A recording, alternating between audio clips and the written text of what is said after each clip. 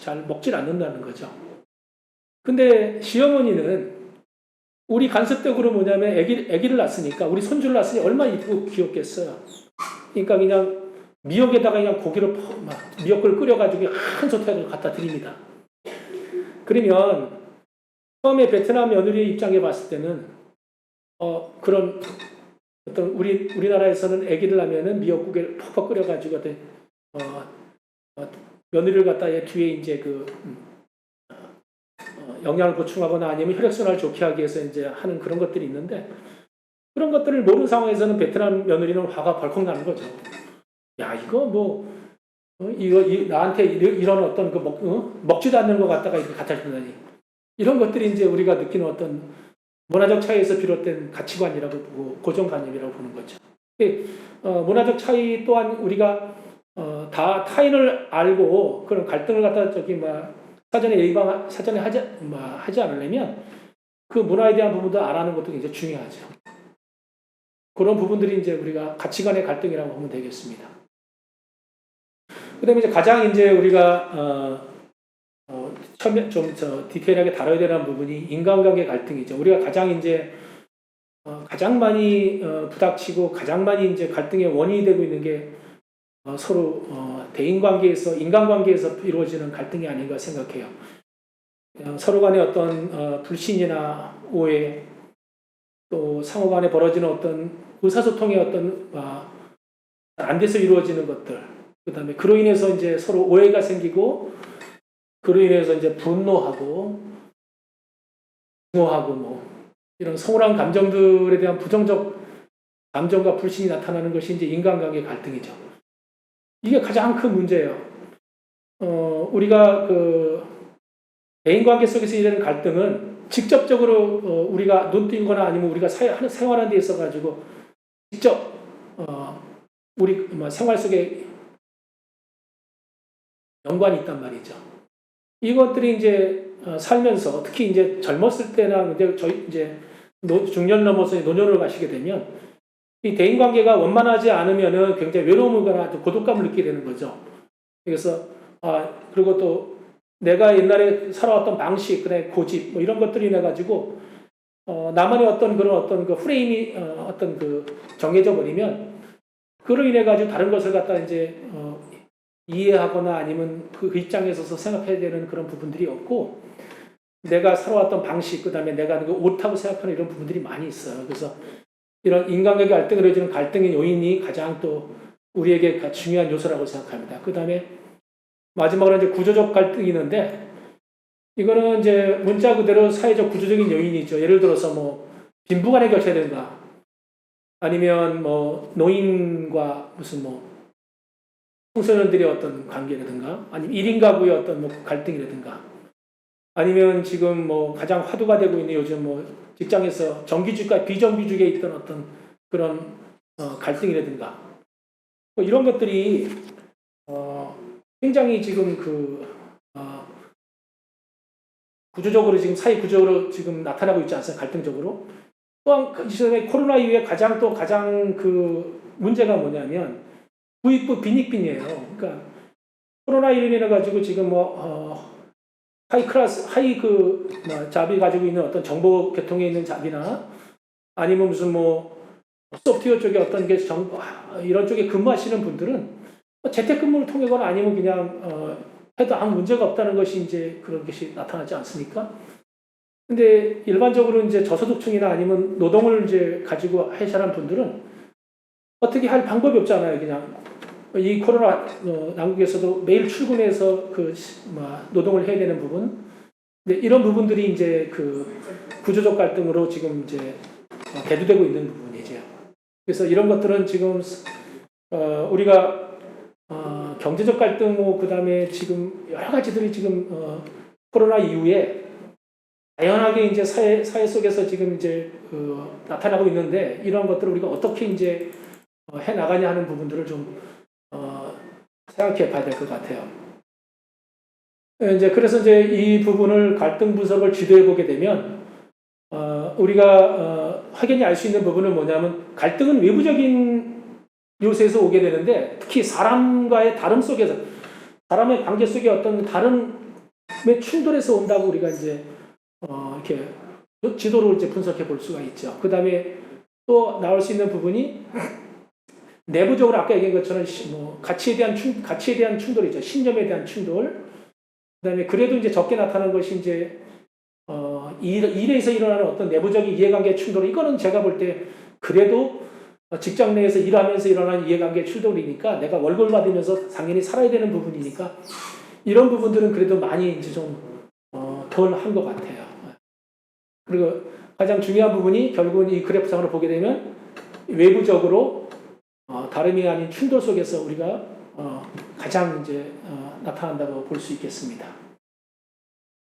지금 시작한 지 한 45분 됐는데 한 10분 정도 쉬고 우리 저기 3시 25분에 시작하도록 하겠습니다. 괜찮으시죠? 예, 괜찮으시면 사인 주세요. 예, 3시, 네, 수고하셨습니다. 예, 3시 35분에 다시 뵙겠습니다. 네. 네. 자, 2부 강의 시작하겠습니다. 들리세요? 잘 들리세요? 오케이. 네. 전장에 우리가 네, 고맙습니다. 전장에 우리가 말씀드린 것처럼 결국 갈등의 분석 주제를 보게 되면 일에서 업무에서 일어나는 어떤 이해관계 충돌, 구조 충돌의 문제가 아니라 결국은 외부적인 사람 간의 관계 속에서 일어나는 어떤 그 외부적, 내부적인 문제가 가장 중요한 갈등의 요인이라고 우리가 이제 배웠습니다. 그러면 이제 갈등의 원인을 이제 우리가 찾아봐야 되는데 우리가 갈등의 원인을 분석해 보게 되면 가장 중요한 부분이 이제 첫 번째가 자기 중심성이에요. 뭐냐면 에고센트리즘인데 자기 입장에서만 모든 걸 생각하는 거죠. 뭐냐면 세상에 어린애가 이제 인형을 좋아하거나 뭐 이런 어떤 걸 중심에서 자기가 어린애가 본 세상은 흔히 없지 않습니까? 그러니까 이게 자기 중심성인데 세상의 모든 사물을 자기 입장에서 사고하는 경향이에요. 이거는 결국은 다른 사람의 입장을 존재한다는 사실을 인지하고 그걸 인식해야 되는데 그렇지 못하는 경향이 있는 거죠. 이런 부분들이 대부분이 사회성이 떨어지거나 아니면 공감 능력이 이제 없는 거죠. 왜냐하면 공감이라는 것도 이제 다 뒷장에서 나오겠지만은 결국은 우리가 공감이라는 것은 어떤 그 다른 시각으로 보고 있는 어떤 감정이나 이런 것들을 완전히 나의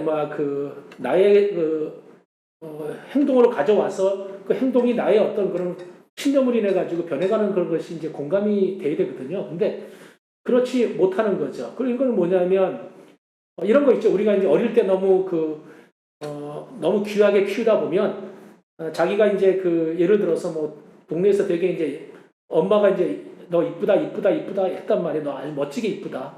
아니 그런데 예를 들어서 여대를 갔어요. 여대를 갔는데 뭐냐면 여대에 갔더니 특히 이제 여대만 있는 대학을 갔더니 이쁜 사람이 너무 많은 거예요. 자기가 봤을 때. 이제 그런 어떤 그런 통해서 이제 자기가 이제 느껴지는 거죠.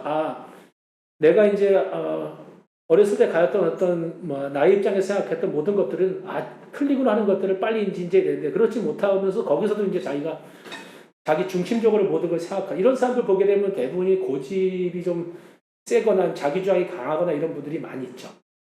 그 다음에 이제 갈등의 원인 중에 두 번째 원인이 이제 프레임 효과입니다. 이거는 이제 우리가 문자 그대로 이제 우리가 빨간 안경 쓰면 빨간색만 보이잖아요, 세상이요. 파란 안경 쓰면 파란색만 보이고. 그러니까 어떤 색깔 있는 안경을 쓰고 보게 되게 되면 내가 쓴 안경으로만 세상이 보이는 거예요. 우리가 어떤 것을 받아들일 때 이제 어떤 객관적인 거나 아니면 우리가 살아오면서 느꼈던 여러 가지 어떤 그 백데이터들이 나에게 이제 어떤 사실을 갖다 받아들이는데 그거를 여과시키는데 그게 일종의 필요한데 이제 그런 게 없이 그냥 객관적 사실보다는 내가 어떻게 느꼈냐, 내가 어떻게 인식하냐에 따라서 이제 그렇게 이제 그 갈등의 원인을 갖다가 인지하는 거죠. 굉장히 이건 또 잘하면서 이거는 아까 이제 자기중심적인 갈등의 원인은 우리가 이제 어렸을 때 형성된 거라고 보게 되면 이 프레임 효과는 물론 이제 잘하면서 플러스 알파로 같이 이제 그 형성된 거라고 보시면 될 것 같아요. 이 프레임 효과는 우리가 지금 살아가면서 굉장히 좀 중요한 것 같아요. 우리가 어떤 사실을 팩트를 받았을 때 그게 우리가 그 팩트를 가지고 일반화시킬 거냐 아니면 그냥 그 한 게 중요한데 일반화시키려면은 객관적인 사실이 필요하거든요. 근데 그렇지 않고 이제 우리가 아까 얘기한 것처럼 나만의 해석, 나만의 그런 것들을 인지해 가지고 이제 그 강요하거나 아니면 그렇게 밀어붙이는 경우가 이제 많이 있죠. 김일환 위원장님 저기 막 마이크 음소거 해주시고 하시면 될 것 같은데요. 지금. 예. 그다음에 저 갈등 원인의 이제 프레임 효과에서 우리가 ABC 그 법칙이라는 게 있어요. 근데 이게 이제 우리가 어떤 이제 자극이 오게 되면 우리가 아까 얘기했던 그 우리가 어떤 그 임팩트가 오게 되면 우리가 그 여과시키잖아요. 우리가 그 여과시키는 것이 이제 그 우리 믿음 아까 얘기한 것처럼 가치관의 어떤 그런 가치관 가지고 이제 신념이나 나의 어떤 관념, 주관 이런 상태로 이제 그 감정 필터로 이제 필터를 하게 되면 그런 것들이 이제 그 결과로서 이제 반응이 나타나는 거죠. 뭐냐면 신념, 감정이나 뭐 느낌, 행동, 반응 이렇게 나타나는 거죠. 그래서 이건 내 감정 필터가 어땠냐에 따라서 이것도 굉장히 중요한 게 뭐냐면 내가 상황적으로, 시간적으로, 공간적으로 어떻게 내가 감정의 필터를 갖고 있냐에 따라서 결과는 다르게 나타날 수 있다는 거죠. 그래서 이 감정 필터가 이 갈등의 프레임 효과에서 ABC 효과 중에 중요한 부분은 우리 B예요. 감정의 필터가 어떻게 작동하냐가 이제 가장 중요한 부분인데 이 감정의 필터가 잘 작동하려면 우리가 아까 말씀드린 것처럼 후반부에 나오게 되지만 다른 사람이 말했을 때 어떤 경청을 잘한다거나 아니면 공감하거나 아니면 이제 그런 내 마음의 어떤 상태가 굉장히 세로토닌적인 행복한 감정을 갖고 있냐 아니면 어떤 그 긍정적인 마인드를 갖고 있냐에 따라서 많이 틀려지겠죠. 이 관념이 내가 필터가 굉장히 내가 격앙되어 있거나 아니면 뭐 우리말로 감정적으로 있는 부분에서 우리가 신념이나 이런 것들이 관념이나 이런 것들이 어떤 한쪽을 치우쳐가지고 아니면 객관적 사실이 주관적인 거에서 필터되게 되면 그런 결과나 행동 같은 경우는 아주 다른 게 나타난다고 볼 수가 있는 거죠. 죄송합니다, 목이. 그래서 이제 그 갈등의 원인을 이제 우리가 이제 한 예를 들어서 이제 제가 설명을 드릴게요. 프레임 효과 봤을 때 왼쪽에 보시면은 우리가 자극이 있고 이제 있는데 예를 들어서 이거 회사에서 이제 한 대를 말씀을 드려볼게요. 이제 무태 부야 직원이 부장님한테 말씀드리는 거예요. 팀장님, 부장님 이번 주 회식 우리 저기 무슨 청평 아니면 죄송합니다. 춘천으로 가요. 뭐 이렇게 했단 말이에요. 날도 더운데 우리 그냥 가서 계곡물에 가서 발 담그고 그냥 맛있는 거나 한번 또 눈을 뜨라고 먹었으면 좋겠어요. 딱 그래요. 그러면 이제 예를 들어서 회사에서 부장이 아주 일도 잘 되고 이제 이사나 아니면 뭐 저 사장이나 전무하다 잘 보고가 잘 되고 있어요. 그러면 부장님이 이제 그 반응이 어떻게 나오겠어요? 그 가끔의 신이 이 친구 일도 열심히 하고 아주 참 잘하는 친구야. 그러면 이제 그때 어떻게 돼요? That's good idea. 그렇죠. 아이디어 좋은데? 그럼 그럽시다. 우리 이렇게 이제 되는 거죠. 더 좋은 데 있으면 찾아봐봐. 우리 이번에 가는 김에 한번 우리 뽕 빼놀자고 이런 식으로 얘기할 수 있겠죠. 근데 중요한 건 이제 오른쪽에 보는 것처럼 팀장이 이번 주 회식 우리 날도 더운데 우리 똑같이 가평을 가서 우리 아주 맛있는 거 말복도 오는데 그냥 코로나도 이제 비껴가면서 우리 같이 한번 놉시다 이렇게 얘기해요. 근데 이제 이 부장님이 아주 감정 상태, 감정 필터 상태가 옛날부터 이 친구에 대한 어떤 것이 정말 부정적이에요. 뭐냐면 영업도 잘 못해서 내 실적도 안 올라오지. 그런 상황에서 놀러 가자고만 하지. 지금 또 이제 일 사고 친 것도 이제 처리해야 되는데 짜증이 나지. 이런 상황에서 이제 감정 필터로 그 얘기가 이제 자극이 이제 통과가 되게 되면 아이고 이 사람아 아니면 일이나 제대로 하지 일도 못하는 놈이 노는 거는 무지하게 하듯 밝혀 이렇게 이제 얘기가 나오는 거죠 우리가. 그러면 이제 이런 어떤 그 반응이 감정 필터 상황이 아까 말씀드린 것처럼 신념이나 관념한 내가 주관적인 이런 것들이 어떤 상태에 있는 건 아니면 그때 그 감정이 공간적이거나 시간적이거나 어떤 상태에 있느냐에 따라서 반응은 이제 정반대 현상으로 나타난다는 거죠. 그래서 우리가 이제 그 A라는 어떤 B 이제 효과에서 우리가 보게 되면 자극하고 이제 할 때 우리가 이 결과가 나타나기 전에 이 자극하고 B가 이제 우리가 그 잘 교집합 속에 엮여서 이제 섞여가야만이 우리가 이제 좋은 어떤 결과 C를 만들어낼 수가 있는 거죠. 중요한 부분은 우리가 이제 의원님들도 마찬가지지만 우리가 공동체에서 어떤 일을 결정하거나 아니면 우리가 얘기할 때 중요한 부분이 타이밍이잖아요. 그러니까 살면서 타이밍이 굉장히 중요하단 말이죠. 왜냐하면 아까 얘기했던 감정의 필터 상태가 굉장히 불안하고 그다음에 굉장히 좋지 않은 상황에 있을 때 그때 이제 얘기해서 하는 방법하고 저분이 굉장히 아주 기분이 굉장히 좋고 좀 일이 잘 되는 것 같고 좀 딱 눈치를 보니까 굉장히 기분이 굉장히 좋고 좀 우리말로 좀 이렇게 떠 있어요. 그러면 그럴 때 이렇게 얘기하면은 그 타이밍이잖아요. 그러니까 그 타이밍을 잘 읽는 것도 내가 볼 때 그 경청 속에도 들어가 있어요. 뭐냐면 그 사람의 그 타인의 시각에서 느껴지는 부분들을 완전하게 읽어서 자기 것으로 주관화시켜가지고 인지시켜서 행동으로 옮기게 하는 것들이 그게 이제 우리가 생각하는 공감의 그 부분들이거든요. 그래서 그런 것들이 중요하지 않나 하는 생각이 듭니다. 이제 강의 요 내용은 그냥 우리가 같이 이제 그 비대면을 하지 않고 이제 같이 하게 되면 그 내용을 통해 가지고 같이 이제 어떻게 생각하고 있는지 어떻게 디스커션하고 해서 하는 거지 하는 부분들을 이제 우리가 이제 나누면서 이걸 가지고 점수를 얘기하면서 나눌 수 있는 부분인데 한번 그냥 요 사실을 지금 보시면서 어떤 이 그룹 토의를 중에 나쁜 사람이 누군지 순서를 한번 해보세요. 한번 시간 들 테니까 보시고선 지금 제가 보면 제가 읽어보겠습니다. 아내는 결혼을 한 후에 읽어보세요. 읽어보시고 제가 한 3분 있다가 어떤 그 통해 나쁜 사람 순서로 합의해 주시는데 제가 이제 이승 선생님이랑 말씀드리면 이렇게 숫자상으로 한번 알려주시면 좋겠어요. 아니면 말씀을 안 해주시면.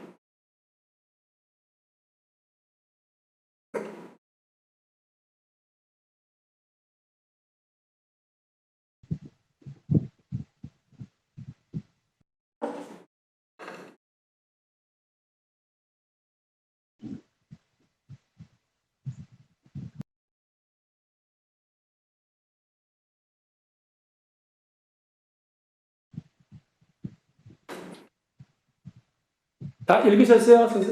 이승 선생님 다 읽으셨어요?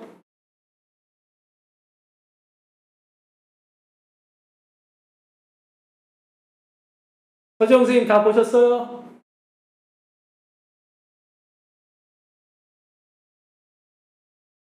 이 원장님 지금 다 보시고선 나쁜 사람 순서부터 한번 말씀해 주세요. 저는 지금 화면이 잘 안 나와요. 화면이 잘 안 나오세요. 그러시면 이승 선생님 잘 보이세요?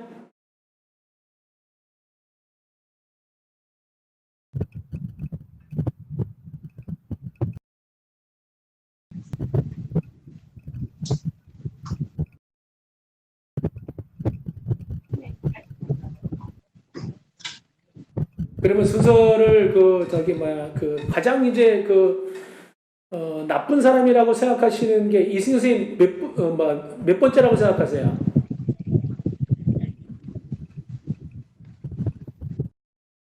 손으로 표시해 줘도 돼요, 선생님. 1번, 2번, 3번 중에 세 번째 중에 첫 번째, 두 번째, 세 번째 중에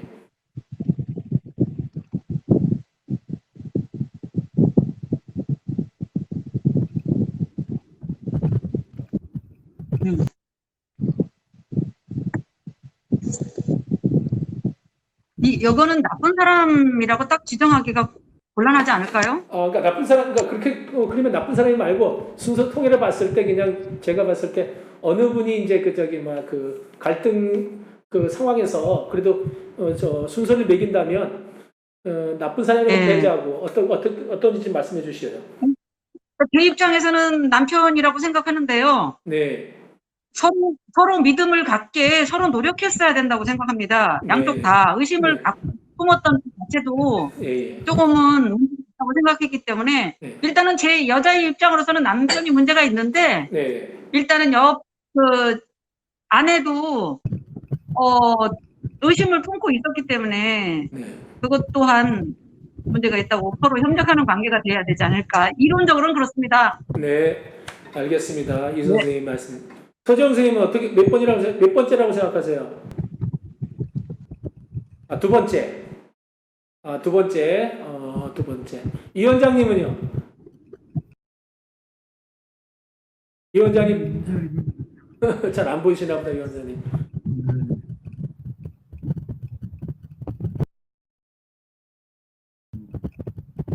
공동사업체로 들어오신 그 선생님은 이거 몇 번째가 뭐 나쁜 사람이라 하지 말고 하여튼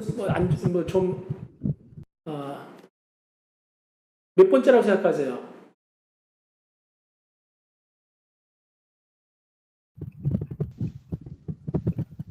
관상이에요, 관상이. 자, 이렇게 우리가 이제 비대면으로 이제 하지 않고 했을 때는 이제 이런 걸 통해서 이제 같이 발언 횟수가 몇 번인지 그다음에 뭐 이런 것들을 이제 우리가 같이 나눌 수가 있는데 이런 것처럼 이제 뭐냐면 각각의 사람들의 갖고 있는 신념이나 생각 그다음에 어떤 관념에 따라서 다 C는 다르게 나온다는 얘기죠. 또 남자들한테 이렇게 물어보면 이제 그 대부분이 이제 세 번째를 또 얘기하는 분들이 또 많이 있으니까 각자 갖고 있는 어떤 B에 따라서 이제 C의 결과는 다르게 나올 수 있는 부분이죠. 그래서 이제 어떤 자극이 어떤 것에서 좀 C에 대한 결과를 가지고 나온 결과를 이제 절충하고 이제 같이 합의하고 얘기해서 이제 통해서 하는 부분들이 이제 우리가 갈등 문제를 해결하는 방법이 아닌가 이런 생각이 들어요. 지금 점수가 있는데 그건 뭐 지금 할 수 없는 부분이니까 거기까지 하고 그럼 이제 우리가 이제 갈등이 생겼으면 갈등을 대처하는 이제 유형이 있잖아요. 갈등을 우리가 이제 대처하려고 하는 부분에서 우리가 이제 X축을 상대방에 대한 배려 정도라고 보았을 때 우리가 자신에 대한 배려 정도가 낮거나 높은 상태에 따라서 이제 우리가 선택하는 게 틀리겠죠.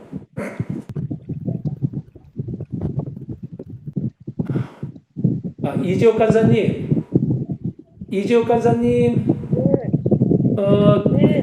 실명으로 들어오시면 좋겠어. 들어오셔야 지금 우리가 이 부분을 지금 기록하고 있거든요. 유튜브 채널에 지금 올리는데 다시 한번 확인드리는데 지금 들어오시는 분들은 괜찮으시면 실명으로 들어오셔야 됩니다. 오시면 좋겠어요. 그래서 우리가 이제 갈등 대처용을 보게 되면 이렇게 상대에 대한 배려 정도, 그 다음에 자신에 대한 배려 정도에 따라서 그렇게 우리가 분류할 수가 있어요. 근데 여기서 이제 회피보리형은 우리가 보면 갈등 상태에 있는 목표 실익을 달성을 추구하지 않으려고 하시는 분이에요. 이분은. 왜냐하면 상대방의 배려줘도 높지도 않고 그냥 우리 공동체에서 있던 어떤 목표나 이런 실익 같은 거 난 필요 없다. 그러니까 이거 잘못하면 지금 마이크 소거해 주시는데 누가 마이크 하셔가지고 지글지글 끌어요, 선생님. 지금 이재욱 간사님 마이크 소거해 주셨어? 네, 됐습니다. 네, 소거됐습니다.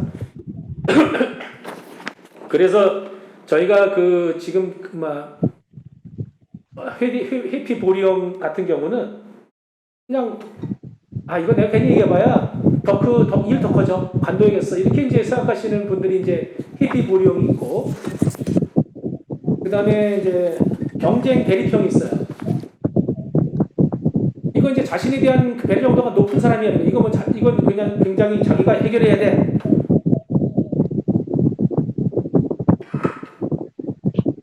계속 지금 저기 뭐야 마이크 지글지글 끄는 소리가 들리시는데 이재옥 간사님 마이크 소구하셨어요. 이재옥 간사님 마이크 소구해 주시면 고맙겠습니다.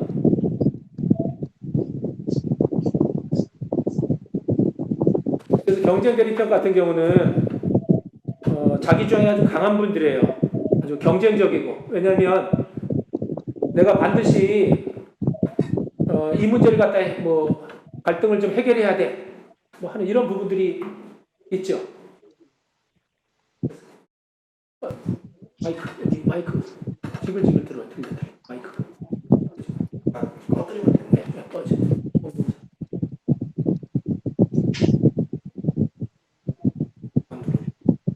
네, 사이 잡아. 오케이. 오케이.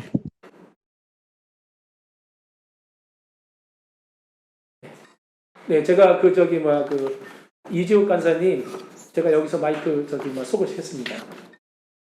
네, 다시 이제 경쟁 대립형 같은 경우는 자기랑 굉장히 강하신 분이에요. 그리고 목표 달성을 위해서 관계를 회생시키죠. 이런 분들은 뭐냐면 자기에 대한 어떤 강하신 욕구가 있어요. 그래서 이런 분들 같은 경우는 뭐냐면 목표 달성해 가지고 어떤 관계를 갖다가 이제 사람을 모아가지고 자기가 이제 경쟁을 시키죠. 대립시키고 가지고 야 내가 이제 이런 부분들을 해결해야겠어.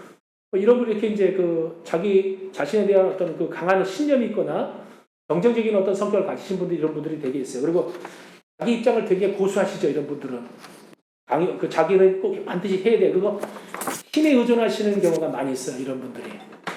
그다음에 이제 양보 순위형이 있는데 양보 순위형은 이제 상대방에 대한 배려 정도가 높으신 분들이 이런 분들이 많아요. 이런 분들은 주로 이제 뭐가 어떻게 되냐면 자기 이해보다는 상대 요구에 맞추려 가지고 이제 하시는 분들이 있죠. 뭐냐면, 에이, 나는 그냥 저 따라갈래. 그리고 그냥 내 이익보다는 그냥 저분하고 관계 그냥 안 깨졌으면 좋겠어. 그리고 대립하지 않았으면 좋겠어. 그리고 저분하고 그냥 경쟁하지 않을래. 이러면서 이제 자기 주장을 잘 못하시는 분이에요. 이런 분들은 뭐냐면 자기 주장을 잘 안 하거나 못 하시는 분들이 이제 이런 양보, 순응, 이제 이런, 갈등에 대처하는 어떤, 형이죠. 근데 가장 중요한 이제 부분들이 이제 우리가, 협동형하고 절충형인데, 우리가 갈등 대처 유형에서, 협동형은, 이건 이제 뭐냐면 윈윈이에요. 서로 서로 이쪽, 윈윈 시츄에이션이에요. 이거는 뭐냐면 상황이 자기도 좋고, 매부 좋고, 누이 좋고, 이런 이제 상황이죠. 이건 이제 뭐냐면 상대방과 협동적으로 해결을 도모하는 거예요. 내가 이제 이런 이익이 있으니까 이익을 이제 이해시키는 거죠.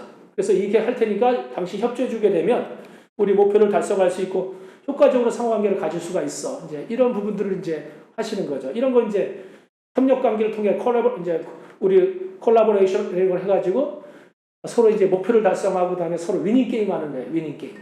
누이 좋고 매부 좋고. 가장 이제 이상적인 부분, 협력하고 타협이 이제 가장 이상적인 부분에서도 타협이 이제 좀 좋은 거 이제 이상적인 거는 상대에 대한 배려 정도, 그다음에 자신에 대한 배려 정도, 자기도 내려놓고 상대도 존중하면서 그러면서 갈등을 대처하는 유형인 거예요. 이거는 좀 뭐랄까 너무 낮아도 안 되겠지만 자신에 대한 배려가 너무 낮으면 자존감도 없겠지만 하여튼 상대방의 배려에 대한 것이 너무 낮으면 또 이것도 또 문제가 돼요. 자기 주장을 관철할 수 없는 부분이니까. 타협에 대한 부분은 자기 목표가 내가 이 조직 내에서 이 목표를 달성하려고 생각하고 어떤 실익을 얻으려고 하는데 하면은 목표를 절충하고 타협하는 거예요. 근데 이거는 뭐냐면 실익과 내 이익과 협력 관계는 뭐냐면 실익에 포커스를 맞추는데 이거는 실익과 관계를 적절하게 조화하는 거예요. 그래서 여기 경쟁 강요 아까 말씀드린 것처럼 경쟁 강요형 같은 경우는 제가 말씀드린 자기 주관이 뚜렷하잖아요. 그래가지고 서로 목표 달성해가지고 관계를 희생시킨단 말이에요. 근데 여기는 관계를 희생 안 시켜요. 이런 경쟁 같은 경우는 자기에 대한 배려가 아니라 공동체 내에서 주로 이런 분들이 어떤 거냐면, 야, 저 친구가 뭐 이러니까 이렇게 하면 안 될 것 같아. 그래가지고 관계를 목표 달성을 위해 가지고 자꾸만 이제 어떤 그런 관계를 희생시키는, 이거는 이제 엄밀히 따지면 제로섬 게임이에요. 얻는 것도 없고 잃는 것도 없이 그냥 제로섬 게임이 아닌가 이런 생각이 드는 거죠.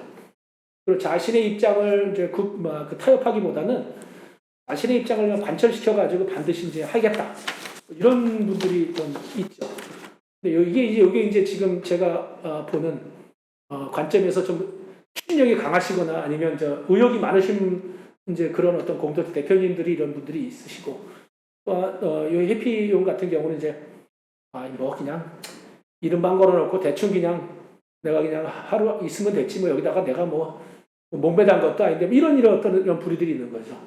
그래서 이런 것들이 이제 갈등을 대처하는 어떤 유형들이 있어요. 그래서 다시 한번 정리해 보면 갈등 대처 유형은 이제 경쟁 강요형이 있죠. 그건 이제 자신의 의견을 강하게 주장하고 상대를 압도해서 갈등을 해결하려고 하는, 주변에 이런 분들 많이 있는 거 있잖아요. 굉장히 강해. 자기랑 굽히지 않아.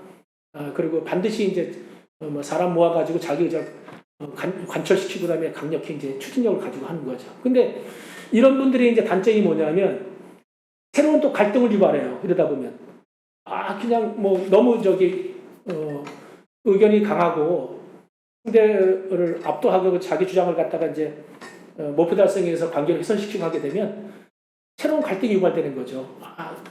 또 다른 갈등이 유발되는 거예요. 왜냐하면 상대의 배려 없이 일방적으로 이제 밀어붙이고 하는 부분들이 생기게 되면, 이런 것들은 또 새로운 갈등 유발, 아까 얘기한 것처럼 뭐냐면 한쪽이 풍선 효과예요. 한쪽이 튀어나오면 한쪽이 들어가고 하는 어떤 이런 부분들을 이제 우리가 느끼게 되는 거죠. 그 또 한 가지 이제 갈등, 아까 얘기한 것처럼 회피형. 이제 내 관계, 아까 말씀드린 것처럼 사람에 대한 관계 속에 자기 자신, 남에 대한 배려가 없이 자기가 이제 어차피 회피 불용인데, 이건 그냥 어떤 식이냐면 갈등이 이제, 이거 얘기하면은 쌈 나겠어. 이거 얘기하면은 문제가 발생되겠어. 그럼 무조건 노예요. 그냥 갈등 표출 없이 그냥, 하루하루 그냥 지나가면 될 것 같아. 그리고 이 조직 내에서 그런 부분들은, 아까 말씀드린 것처럼, 회사 내에서 그냥 어떤 자기 의견이나 이런 거 없이 그냥 여기 있다가 그냥 가면 그만이지 하는 어떤 이런 부분들, 이런 것들은 전혀 이제 조직의 어떤 갈등에 있어서 이런 회피보리 유형들이 많으면 이 공동체, 이 조직은 절대 개혁하거나 변화가 되지 않죠. 개혁하거나 변화가 되려면 아예 대략 그냥 경쟁 강요 같은 경우는 어떤 리더십이 강한 분이 나타나셔가지고 그냥 다들 그냥 이거 타협하고 협력하는데 시간도 많이 걸려. 그냥 시간도 짧으니까 그냥 믿고 따라서 밀어붙여가지고 해겠어. 이런 이제 경쟁 강요형이 어떻게 보면 빠른 시간에 할 수 있는 숨기는 역할도 할 수 있는데, 아까 말씀드린 이거는 이제 뭐냐면 또 다른 이제 갈등을 또 유발시킨다는 게 가장 큰 문제라고 말씀을 드렸죠. 그리고 갈등 대처 유형의 이제 또 한 가지 협력형 있잖아요. 이 협력형은 이제 뭐냐면 타인에 대한 배려가 좀 있으면서 그 다음에 이제 자기 자신에 대한 어떤 그런 긍정적인 요소도 있는 부분이 협력형이 있는 거예요. 너도 살고 나도 살고 위닝 게임이라는 거죠. 그러니까 이런 식 경우는 뭐냐면 자기 자존감도 강하신 분들이에요. 그러면서 타인에 대한 배려도 높으신 분이란 말이죠. 이거 이제 위닝처럼 그냥 모두가 만족해요. 만족하는데 중요한 부분은 뭐냐면 시간이 너무 많이 걸리는 거예요.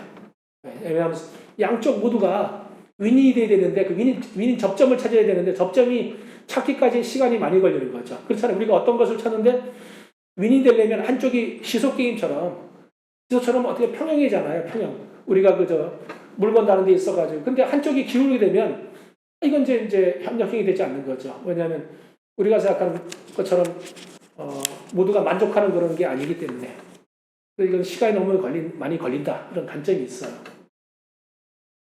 이제 가장 이제 이상적인 타협형을 보게 되면 타인에 대한 어떤 배려 중간 정도 되고 나에 대한 자존감도 중간 정도 되는 타협형은 서로 양보해가지고 최적의 우리가 아주 중간에서 만나는 거죠. 우리가 다리로 치면은 이제 다리를 건너야 되는데 중간에서 만나가지고 우리가 이제 아주 최적의 어떤 그 포인트를 찾는 거예요. 아니면 이제 차선에 플랜 A가 아닌 플랜 B를 찾는 거예요. 솔루션을. 그러니까 이거는 이제 뭐냐면 서로 아까 얘기한 것처럼 협력 관계와 다르게 위닝 게임 전부 다 두 양쪽이 실익을 챙기는 게 아니라 이익과 손해를 적절히 조절해가지고 이제 타협하는 거죠. 이거를 A를 하면 B가 이렇게 될 수 있어. 그러니까 우리가 이런 B가 어디까지 양보해야 되는데 우리가 B에다 양보하는 부분을 우리가 그러면 A 쪽에서 어떻게 적절히 이제 조절을 할 수 있게끔 이제 서로 타협하는 거죠. 그래서 이제 이거는 협력은 문자 그대로 그냥 둘이서 컬라보레이션 하는 거고 타협은 그냥 그래서 우리가 컴프로마이징 하는 거죠. 뭐냐면 우리가 타협한다는 건 우리가 중간 지점을 찾는 거라고 보면 되겠죠. 그래서 이건 굉장히 우리가 이제 갈등 대치 이용해서 그래도 이상적으로 가야 되는 부분이 타협이 아닌가 이제 생각이 타협이죠, 사실은. 그래서 이런 부분들이 우리가 이제 공동체에서 가장 지향해야 할 어떤 갈등 대처 유형이라고 보면 되겠습니다. 그다음에 이런 단점으로는 자신의 주장이 부분적인 관철이죠. 협력은 완전히 100% 관철하거나 아니면 위닝 게임을 통해서 서로의 실익을 찾는데 이건 내 것도 조금 버리고 저쪽도 조금 버리고 내 것도 조금 나고 저쪽에서도 내가 잃어버리면 이쪽이 채우고 하는 이런 주장이 적절하게 관철되어 있는 부분이라고 생각하시면 될 것 같아요. 그래서 지금 우리가 이제 지금까지 갈등의 대처 유형에 대해서 이제 배웠어요. 갈등이 생기는 대처 유형에 대해서. 다시 이제 정리해 보면 갈등 대처 유형은 이제 우리가 이렇게 5가지를 분류하고 있는데 가장 이제 회피형 설명드렸죠. 회피형 그냥 어떤 조직의 어떤 목표나 어떤 거 관심이 없어요. 그냥 그리고 어떤 갈등이 안 생기면 아무 문제 없어요. 이런 생각이고 양보형은 뭐냐면 내 타인의 어떤 관계를 중시하다 보니까 자기 주장을 못 하는 거예요. 그냥 당신께 오라. 그리고 나는 그냥 어떤 당신하고 이거 가지고 어떤 갈등을 원하지 않아. 그냥 이런 어떤 그냥 지금 있는 상태가 좋아. 이렇게 되는 거죠. 그다음에 경쟁 강요 상태는 아까 제가 말씀드린 것처럼 자기 주장을 관철시키고 근데 이런 관철시키는데 그 과정 속에서 이제 뭐냐면 또 다른 어떤 문제를 야기시키는 거죠. 갈등을 야기시키는 거죠. 그래서 이제 협력이라는 부분은 우리가 그래도 이제 그 두 개의 어떤 협력이나 타협적이 우리가 일하는 데 있어 가지고 갈등 대처형이 좀 이상적이라고 생각하게 되면 우리가 협력이나 타협 쪽에서 타협 쪽은 남에 대한 적절한 접점을 찾는 거죠. 이 부분을 우리가 이제 갈등 대처형에서 가장 중요한 부분으로 우리가 지금 배웠습니다. 그러면 이제 이런 갈등 대처 유형을 이제 우리가 배웠겠으니까 성장하는 공동체에서 갈등 관리를 해야 돼요. 이건 이제 갈등 관리를 해야 되는데 이거 갈등 관리를 어떻게 해야 되는가? 참 갈등이 형성되면 그걸 우리가 이제 이걸 갈등을 해야 되는데 굉장히 우리가 이런 문제들이 발생되면은 중요한 부분들이 이제 이 갈등의 3요소를 우리가 한번 찾아보도록 해요. 공동체에서. 이제 올바른 소통이에요. 그냥 갈등 관리 3요소는 이제 올바른 소통이라는 건 뭐냐면 우리가 어떻게 이제 소통을 해야 되는가 이렇게 해야 되는데 소통하는데 가장 중요한 부분이 제가 볼 때는 대화 말하는 법이 아닌가 생각해요. 의사소통하는데. 근데 의사소통은 여러분들은 이제 어떻게 생각하실지 모르겠지만 의사소통의 4가지 법칙이라는 게 있어요. 4가지 법칙이 이제 뭐냐 하면 우리가 이제 말을 하거나 뭐 하게 되면 이제 머라비언 법칙이라고 하는데 이건 그냥 우리가 그냥 가볍게 하시면 돼요. 우리가 대화를 하거나 뭐 하게 되면 언어적인 대화도 하지만 비언어적인 대화가 많이 있죠. 지금 예를 들어서 우리가 하와이에 이제 무슨 훌라침이 생긴 이유를 원조를 따져보게 되면 결국은 그쪽에 이민 갔던 폴리시언들이 자기들이 이제 의사소통을 하기 위해서 몸짓 그다음에 이런 몸으로 춤으로 이제 표현했던 부분들이 이제 바로 그런 어떤 훌라 춤으로 이제 발전됐다고 하는 그런 설이 이제 이야기잖아요. 근데 중요한 부분은 뭐냐면 언어에 있어가지고 중요한 거는 우리가 말이 중요하다고 생각하는데 말이 중요한 그건 아니에요.